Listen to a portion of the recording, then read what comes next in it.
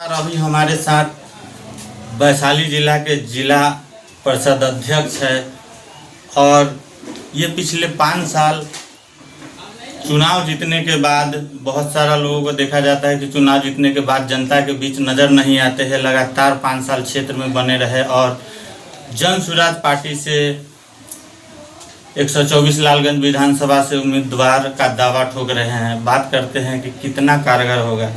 जन सुराज से आप आ रहे हैं जहां अभी भाजपा और जदयू के लोग, राजद के लोग यहाँ से कब्जा जमा के बैठे हैं लालगंज क्षेत्र में, तो कितना आसान होगा आपके लिए चुनाव? बिल्कुल आसान होगा, क्योंकि जनता विगत 35 वर्षों से 20 वर्ष राजद की सरकार देखी है और 20 वर्ष से नीतीश और बीजेपी के गठबंधन की सरकार देखी है और लगभग 35 वर्षों से इन लोगों की सरकार को देखते देखते अब जनता तीसरे विकल्प के रूप में आदरणीय प्रशांत किशोर जी को चुन रही है। और जो आप लोग का सर्वे है, जो भी सर्वे आ रहा है उसमें सबसे ज़्यादा प्रशांत किशोर जी का नाम आ रहा है बिहार में। जो 40% वोट सर्वे दिखा रहा है कि प्रशांत किशोर को जा रहा है, तो उस हिसाब से क्या लगता है यहाँ की जनता का क्या मूड है? एकदम जनता मूड बना चुकी है। इस बार जनता मूड बना चुकी है कि हमको न भाजपा और न राजद और सिर्फ जन सुराज के स्कूल के बैग छाप पे इस बार हम लोग को बटन दबाना है और नया बिहार बनाना है। तो क्या लालगंज इस बार बदलाव की ओर होगा? नहीं, सिर्फ लालगंज नहीं, पूरे बिहार इस बार बदलाव की ओर अग्रसित है और बिहार बदलने वाली है। आप लोग भी अपना कमर कस लीजिए। स्थानीय राजद जदयू के लोग कहते हैं कि जन सुराज भाजपा की बी टीम है, भाजपा के लिए काम कर रही है। नहीं, देखिए, कभी भाजपा बोलती है कि ये राजद की बी टीम है, कभी राजद वाले बोलते हैं कि भाजपा की बी टीम। और कौन बी टीम है और कौन ए टीम है, वो तो चुनाव बस अक्टूबर-नवंबर में चुनाव होने वाला है। ये आप सभी लोग देख लीजिएगा कि कौन ए टीम है और कौन बी टीम है।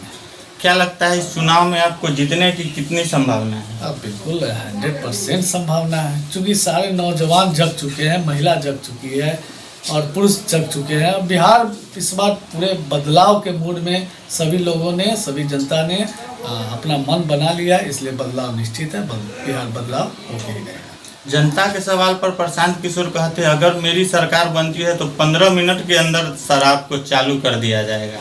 इस शराब चालू किस लिए बोल रहे हैं कि शराब किस लिए चालू किया जाएगा?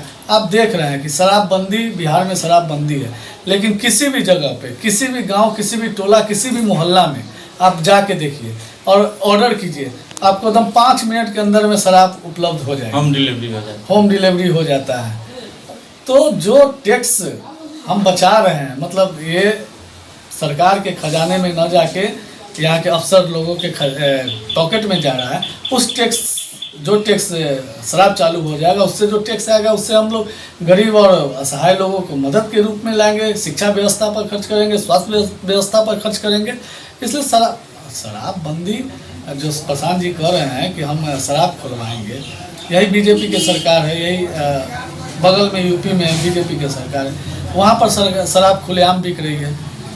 तो वहाँ के लिए शराब अमृत है और बिहार के लिए जहर है। ऐसा